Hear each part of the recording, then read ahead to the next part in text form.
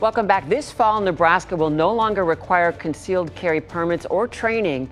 And while there are no federal laws restricting people from taking their firearm across state lines, it could be more difficult depending on where you go. For example, California, New York, and Maryland do not honor out-of-state carry permits. So make sure that you lawfully have your firearm. Make sure you can have it at your destination. Check your state laws before you travel. Well, Nebraska is among a host of states that will no longer require concealed carry permits. Take a closer look. We marked those states in gold. There are 24 of them. Florida recently passed a law similar to Nebraska, although the Sunshine State does not allow open carry. Well, some states tightened gun laws this year, including Maryland. The National Rifle Association sued just moments after the state's governor signed off on new gun control measures. The laws prohibit licensed gun owners from carrying in certain areas like schools and medical facilities. Another measure limits who can get a license to carry a concealed weapon. Well, starting in September, concealed carry classes will no longer be required for gun owners, but training is more important than ever. I'm joined now by Trevor Thrasher, a co-owner and firearms training expert with 88 Tactical, and you are a big advocate of training. Absolutely. The number one thing you can do is educate yourself, train yourself, and then condition yourself. And it's a process. You have to put your hands on a gun in a real life situation, in real life scenarios, right? Right. Just knowing the laws isn't enough. You have to actually practice and train in a realistic manner that reflects the context in which you will use that gun for self-defense. So you have to make decisions. You have to think. You have to engage your brain before you engage your trigger finger. Right. And so the 8 hours of concealed carry classes, they really take you through the mindset, the laws. Tell me about mindset. Why is that so important? Well, mindset is critical. That's basically set your belief systems, and it encourages you to do things like be more aware. It lets you know what you're willing to defend, essentially, and what you're willing to risk. And also you have to have a mindset of a responsible gun owner. So because you're walking around in public with that gun on you, you actually have to carry yourself a lot better. You have to be more of a peacekeeper than you would if you didn't have the gun.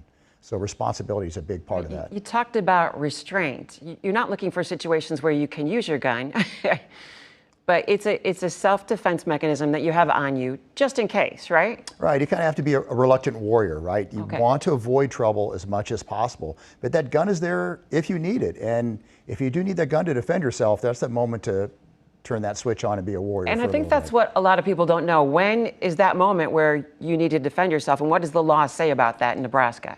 Well, I'm not an attorney, but in Nebraska, the law generally states that you can use deadly force to defend yourself or another when you reasonably believe it's immediately necessary to protect yourself from death, serious bodily injury, kidnapping, or sexual assault by force or threat.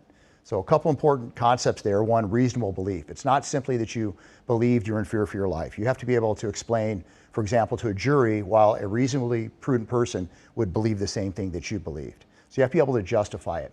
Also, it has to be immediately necessary, which means you had to use force right now. It couldn't be done because of some threat that may occur in the future. You know, the threat has to be occurring right now or about to occur very quickly.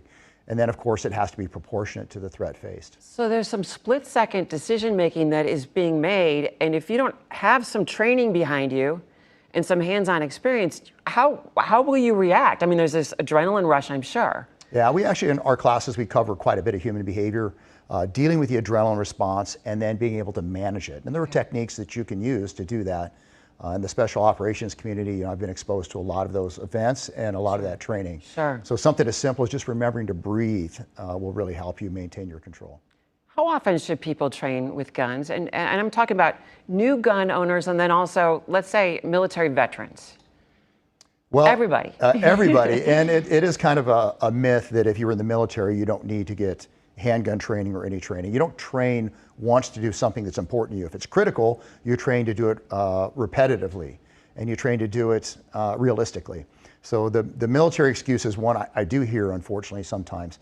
But a very small percentage of people in the military were exposed to spontaneous close-range combat or spontaneous close-range combat training. And even a smaller percentage still were trained adequately with a handgun. The military doesn't win wars with handguns. And on top of that, the rules of engagement are quite a bit different. Anybody should train a minimum of every 8 weeks. You should train with your handgun live fire. Now you should do other training in between, but live fire every 8 weeks, because studies show that after about 8 weeks, even a simple physical skill will start to degrade pretty significantly. Interesting. Is it enough to just go to the range? No, that's another myth. So the way most people shoot at the range isn't in context with how they're going to use a gun in self-defense. There's no decision making, there's no tactics involved. They don't ever think about avoiding the situation altogether. And when they shoot, they typically take too much time on, are interested in making little tight shot groups in a target, which, you know, may be something that you might be required to do in a self-defense situation, but it's very unlikely. So the training doesn't really match. You have to get some professional training. You have to work those skills, as you mentioned, that you can execute very quickly without a lot of thought. Right. How are the free classes going? I noticed that you have some slated online already. Are people attending? Yeah, right now we're 50% off of some of our entry-level classes. Okay. And it's been very successful for us, and people are coming out to train, even though it's summer, and you might think of some other things you would rather do, but you know, if you make your training meaningful, challenging, and fun, right. It can be a great time and, you know, serve a good purpose for you. And your website? 88tactical.com. Okay, all the classes are there. Some of your gun classes are half price right now. Correct. Very good. Trevor Thrasher, thank you so much. Appreciate it. Well, as we see those gun laws change across the country, we're seeing the concern over gun rights increase with the number of deadly shootings. Coming up, we're hearing concern about ghost guns and how police hope a new federal law change can make those new gun kits traceable. First, a reminder that your comments are an important part of this show. If you want to be heard, you can email your comments to news@ketv.com. We'll be right back.